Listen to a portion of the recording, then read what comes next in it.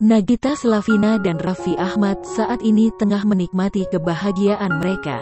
Nah, saat pandemi ini baik Raffi Ahmad dan Nagita Slavina pun menjaga agar sang anak selalu sehat. Untuk itu, Nagita Slavina pun saat ini membatasi orang yang ingin menggendong bahkan mencium Rayanza. Bukan tanpa sebab, pasangan Sultan Andara ini ingin sang anak tetap selalu sehat. Saat ngobrol dengan pengusaha Maharani Kemala, ia mengira Nagita Slavina sudah mengizinkan Rayanza digendong siapa saja. Rupanya tebakan Kemala salah.